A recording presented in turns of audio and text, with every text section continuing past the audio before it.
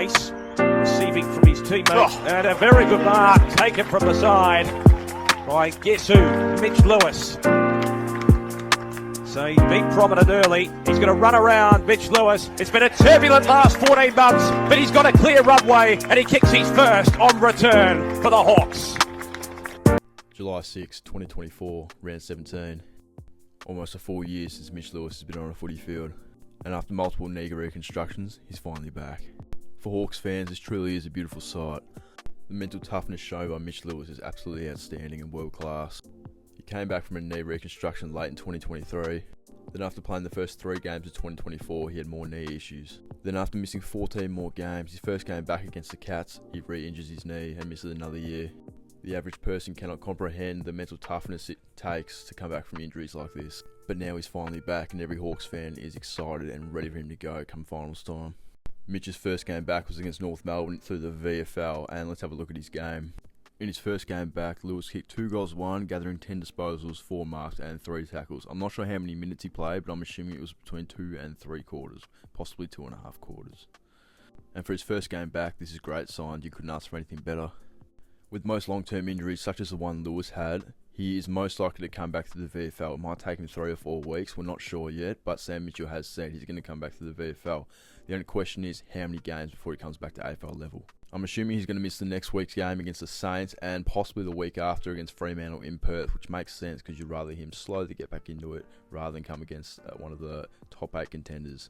So in my unprofessional opinion, I'm assuming he's going to come back against the Power in 3 weeks' time in Tasmania or the following week against Carlton in Melbourne, which would give him 4 or 5 games back at the AFL to get used to the pace come finals time. A fully healthy Mitch Lewis is clearly a number 1 forward, and every other key forward has taken notes and has started up their game recently. These are our goal-kicking numbers against North Melbourne on the weekend. Gunston, Chol, Ramsden all had arguably career-best games. Gunston 7-1, Chol 5 goals, probably his career-best game, and then Ramsden 3 goals, 1. Should have been 4 goals, and also a career-best game. He missed one pretty much directly in front because he took too long on the set shot. But yeah, these guys know Lewis is back now, and they have incentive to play hard because their spot in the team is on the line, which is fantastic for the team and the team chemistry because they're all going to be competing and pushing each other hard at training now. So going into finals in the back half of the year, this is absolutely perfect for a Hawthorne fan perspective. Speaking of career best games, Nick Watson, man, this kid is going to be a gun. He, obviously one of the smallest players on the field, judging by this photo, that clearly isn't edited or photoshopped in any way. But man, he's already a top 10 player in the league when it comes to being exciting. He's up there with Josh Weddle, Harley Reid, Nick Dacos, guys like that. Every time he touches the footy or goes into the footy, he's exciting. Even on defense, even just his run down tackles and his tackle pressure, it's exciting. It's Silverioli-like. His goal from the middle, one of the goals of the year. I'd say top 3 for Hawthorne so far.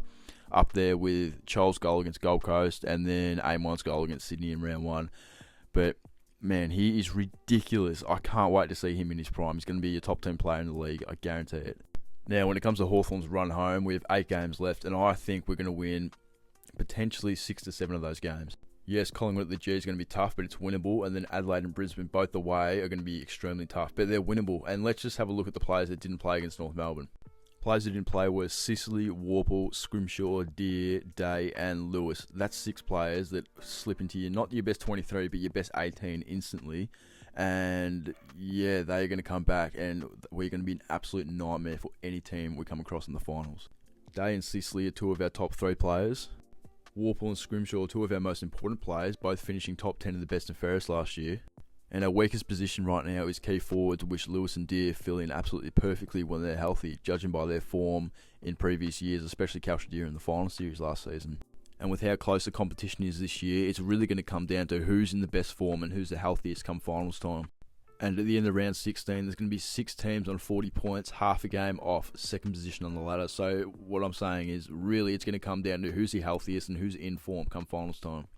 And the depth of this list, especially with the young guys like Ramsden, Butler, coming in and playing a role, it's going to be great for players to just take a week off when they need it, come back refreshed and ready to go. And yeah, this is going to make our team excel in September, and I can't wait to see it. So if everything falls our way, Hawthorne could realistically win 8 of their last 8. And with 3 of our last 4 games being Collingwood, Adelaide and Brisbane, both of those last 2 away, it's going to be great practice for us going into finals. And also with Melbourne being our second last game of the season, that's a great opportunity to rest a couple guys and get them fresh for finals. Thank you for watching, and let me know, do Hawthorne have what it takes to make top 4 this season?